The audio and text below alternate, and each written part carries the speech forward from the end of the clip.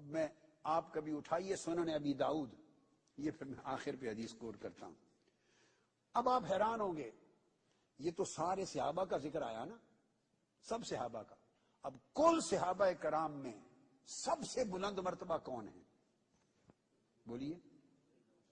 آقا علیہ السلام کے سب سے قریب، سب سے بلند رتبہ، سب سے بڑی معرفت رکھنے والے سیدنا ابو بکر صدیق رضی اللہ تعالیٰ عنہ۔ اب ان کے عقیدے کا حال سن لیجیے۔ حضرت انس بن مالک روایت کرتے ہیں، امام ابو نعیم نے حلیہ میں روایت کیا اس کو۔ وہ فرماتے ہیں کہ آقا علیہ السلام اسی طرح انصاریوں کے اونٹوں کا مسئلہ تھا، اور وہ نہ ادھر اس دن بکریوں کا پرابلم تھا، کسی کی بکریوں کا دماغ خراب ہو گیا، مریض ہو گئی۔ مگر دیکھیں حضرات محترم، بکریوں کے دماغ خراب ہو کر بھی آج کے کئی ملاؤں کے دماغوں سے بہتر رہتے تھے۔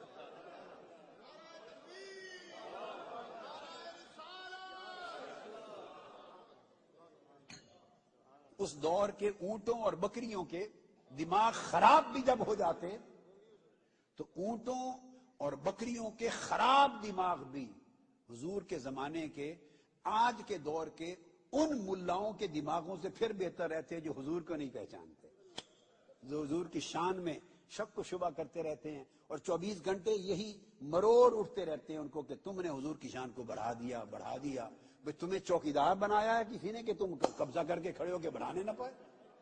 چوکیدار بنایا ہوا تمہیں، گیٹ مین ہو تم، بڑھا دیا بڑھا دیا، کیا تماشا بنا رکھا ہے؟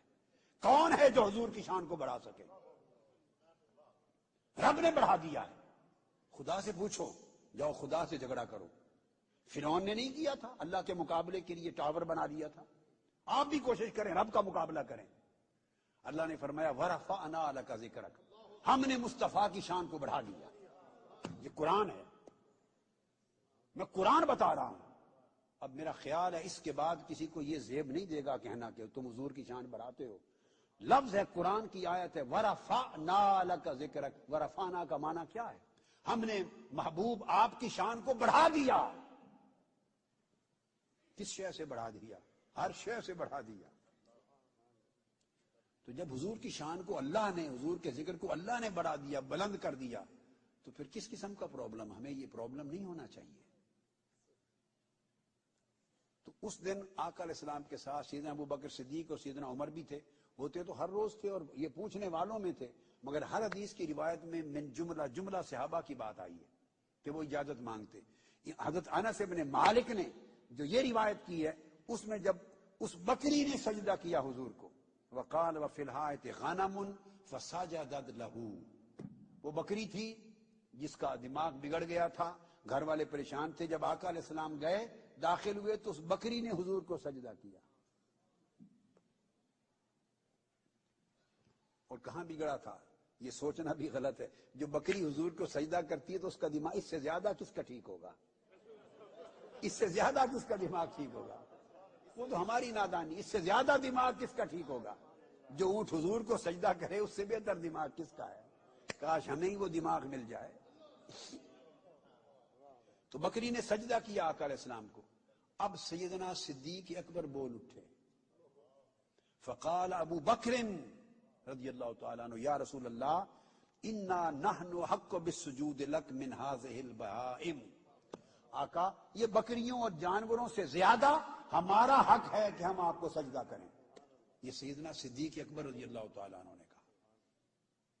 تو آقا علیہ السلام نے فرمایا نہیں، فقال انه لا ينبغي ان يسجد احد لاحد، کوئی بندہ بندے کو سجدہ نہیں کر سکتا، میری شریعت میں ممنوع ہے۔ تو اجازت کس نے مانگی؟ ابو بکر صدیق رضی اللہ تعالیٰ عنہ نے مانگی۔ یہ تو اجازت مانگتے رہتے تھے۔ اب سنن ابی داؤد کو اٹھائیے، ایک روز انہوں نے، ایک صحابی حضرت ابو سعید خدری رضی اللہ تعالیٰ عنہ حبشہ سے یا شام سے واپس آئے، انہوں نے کہا ہر روز یہ اجازتیں مانگتے ہیں، اجازت ملتی نہیں، اجازت مانگتے ہیں، اجازت ملتی نہیں۔ سنن ابی داؤد کی حدیث سے صحیح ہے، وہ آئے آقا علیہ السلام کی بارگاہ میں، دھڑام سجدہ کر دیا حضور کو، اجازت نہیں مانگی، اجازت نہیں مانگی، سیدھا سجدہ کر دیا۔ آقا علیہ السلام نے فرمایا اٹھاؤ اس کو اٹھاؤ، اور پوچھا کیوں سجدہ کیا ہے مجھے؟ سبحان اللہ. عرض کرنے کے آقا جس ملک سے آیا ہوں وہاں ساری دنیا اپنے بادشاہ کو سجدہ کرتی ہے، تو آپ سے بڑا بادشاہ کائنات میں کون ہے؟ ہر کوئی اپنے بادشاہ کو سجدہ کرتا ہے. ان کی روایت دیکھ کے آیا ہوں، تو آپ سے بڑا بادشاہ کون ہے؟ میرے دل نے کیا میں کروں. آقا نے فرمایا خبردار، میری شریعت میں حرام کر دیا گیا ہے، منع کر دیا گیا ہے. اگر کوئی عبادت کی نیت سے سجدہ کرے خواہ حضور علیہ السلام کو یا کسی کو، تو وہ کافر و مشرک ہو جائے گا، کافر و مشرک ہو جائے گا. اگر عبادت کی نیت سے سجدہ کرے کافر ہو جائے گا، اگر تعظیم کی نیت سے کرے تو یہ حرام ہے، فاسق ہو جائے گا.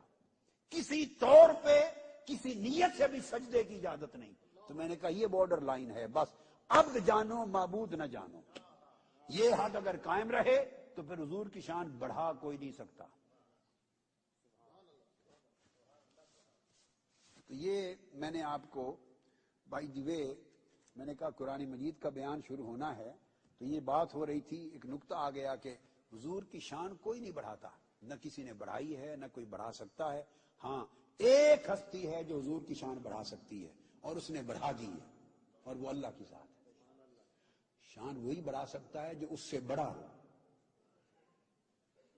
جو خود جس کی شان بڑھائی جا رہی ہے جو اس سے بڑا ہو تو وہی اس کی شان بڑھا سکتا ہے نا. اس سے چھوٹا کیا بڑھائے گا؟ اس سے چھوٹا کیا شان بڑھائے گا؟ وہ تو خود چھوٹا ہے بیچارہ. تو شان وہی بڑھا سکتا ہے جو اس سے خود بڑا ہو، اور حضور سے بڑا صرف اللہ ہے. تو اللہ نے شان بڑھا دی ہے.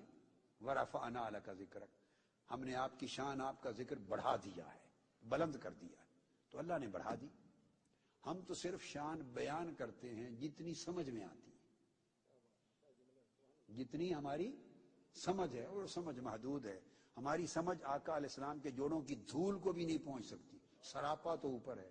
ہم کیا شانیں بیان کریں گے اور کیا بڑھائیں گے؟ لہذا یہ بعض لوگوں کا خبط ہے، مرض ہے. اس طرح کا وہم نہیں ہونا چاہیے، یہ بد عقیدگی ہے. اب قرآن مجید کی جو بات کر رہے تھے، میں نے آیت کریمہ پڑھی، من یطع الرسول فقد اطاع اللہ. بسم اللہ الرحمن. اب قرآن سے شروع کرتے ہیں کہ شان رسالت کس طرح لی. اس آیت کریمہ میں اللہ رب العزت نے فرمایا جو کوئی اس رسول گرامی صلی اللہ علیہ وسلم کی اطاعت کرتا ہے بس اس نے اللہ کی اطاعت کر لی. اب یہ نقطہ سمجھنے والا ہے کہ شان کیسے بیان ہو رہی ہے. من یطع الرسول فقد اطاع اللہ. یطیع اسے یہ مضارع کا صیغہ ہے، اور اطاع ماضی کا صیغہ ہے، اور فقد آ گیا تو اس کے ساتھ تاکید آ گئی. تو یطع الرسول اس کا معنی ہے جو کوئی رسول کی اطاعت کرتا ہے یا کرے گا. جو حضور کی اطاعت آج کرتا ہے، ابو بکر، عمر، عثمان و علی کے زمانے میں رضوان اللہ تعالی علیہ مجمعین، یا قیامت تک کسی بھی زمانے میں اس رسول کی جو اطاعت کرے گا. مضارع کا صیغہ حال اور مستقبل دونوں پہ دلالت کرتا ہے. جو شخص بھی حضور کی اطاعت کرتا ہے یا کرے گا تو پھر کیا ہوگا؟ فقد اطاع اللہ. وہ سمجھ لے کہ اس نے اللہ کی اطاعت کر لی. وہ اللہ کی اطاعت کر لی، اسے انتظار کی ضرورت نہیں، کوئی ڈگری کوئی فتویٰ لینے کی ضرورت نہیں کہ اب میں کہاں کھڑا ہوں. نہیں، جو حضور کی اطاعت کرے گا وہ سمجھ لے اس نے اللہ کی اطاعت کر لی. اگر آپ اس دقیق نقطے کی معرفت کی طرف جائیں تو ایمان سے کہیے اس سے بڑی بھی شان کسی ہستی کی ہوگی؟ جس کو اللہ رب العزت یہ کہے جو میرے محبوب کی اطاعت کرے وہ جان لے کہ اس نے اللہ کی اطاعت کر لی، یعنی شک بھی نہ رکھے. یہ اطاعت رسول کا حکم ہے. اب یہاں ایک خاص بات جو میں نے اپنی بڑی تفصیل کے ساتھ اپنی حالیہ کتاب عربی میں 5 جلدوں کی ہے جو لکھ رہا ہوں آج کل، وہ شفا شریف کی طرح ایک جلد ہے، اس کی 5 جلدوں پر مشتمل ہے، عربی میں ہے. اس میں نے مفصل بیان کیا ہے یہ جو نقطہ آج بتا رہا ہوں آپ کو. قرآن مجید کا اگر مطالعہ کریں تو آیتیں ہیں ایسی جن میں اطاعت کرنے کا حکم ہے. اطاعت کا حکم ہے. کس کی اطاعت؟ اللہ کی اور اللہ کے رسول کی. کل 40 آیتیں ہیں قرآن مجید میں. کتنی؟ جن میں اطاعت کا لفظ آیا ہے اطاعت کے حکم کے باب میں، ورنہ 150 آیات ہیں جن میں اگر لفظ اطاعت نہیں بھی آیا، دوسرے الفاظ اور صیغے آئے ہیں مگر ان میں اطاعت کا حکم ہے، دوسرے الفاظ اور دوسرے صیغوں کے ساتھ۔ مگر میں بتا رہا ہوں آپ کو وہ آیتیں جن میں اطاعت کا لفظ آیا، اوبیڈینس، ایگزیکٹلی اطاعت، تو اطاعت کے لفظ کے ساتھ جہاں حکم ہے اطاعت کرنے کا وہ 40 آیتیں۔ یہاں تک سمجھ گیا نا بات؟ اب آگے چلیے، ان 40 آیتوں کی پوزیشن کیا ہے؟ ان میں سے 22 آیتیں ایسی ہیں، 22 آؤٹ آف 40 ایسی ہیں، 22 آیتیں جن میں حکم یوں ہے کہ اللہ کی اطاعت اور اللہ کے رسول کی دونوں اطاعتوں کا حکم ہے، کہ اللہ کی اطاعت کرو اور اللہ کے رسول کی اطاعت کرو۔ یا ایھا الذین آمنوا اطیعوا اللہ واطیعوا الرسول، یقل اطیعوا اللہ والرسول فإن تولوا فإن اللہ لا يحب الکافرین۔ تو اللہ کی اطاعت اور اللہ کے رسول کی اطاعت کا جوائنٹ حکم آیا، اکٹھا، دونوں اطاعتوں کا حکم اکٹھا ہے۔ ایسی آیتیں کتنی ہیں؟ 22، 22، جن میں اللہ رب العزت نے اپنی اور اپنے حبیب کی دونوں اطاعتوں کا ذکر اکٹھا کیا۔ باقی کتنی بچی 40 میں سے؟